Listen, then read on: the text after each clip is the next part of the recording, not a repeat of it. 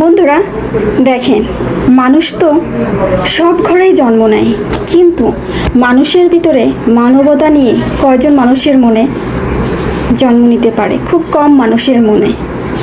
তাই যাদের মন সুন্দর, সে কিন্তু অনেক সুন্দর মনের একটা মালিক। যে মানুষটা নরম, সে কিন্তু সুন্দর মনের মালিক। সবার টাকা পয়সা, অর্থ সম্পদ, যশ খ্যাতি সবই থাকতে পারে, কিন্তু একটা সুন্দর মন খুব কম মানুষের মধ্যেই আছে। যেটা যেই মানুষটা নেই, সে কখনোই বুঝবে না। যার আছে, সে বোঝে তার মূল্যটা কি।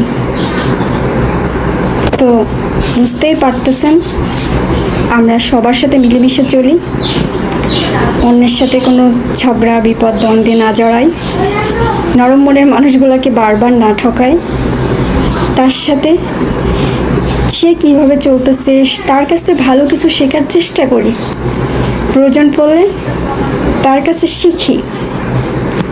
ভালো কিছু শিখতে বয়স লাগে না, যে কোনো বয়সে শেখা যায় এবং যে কোনো বয়সের থেকেই শেখা যায়। শিক্ষার কোনো শেষ নেই। ধন্যবাদ।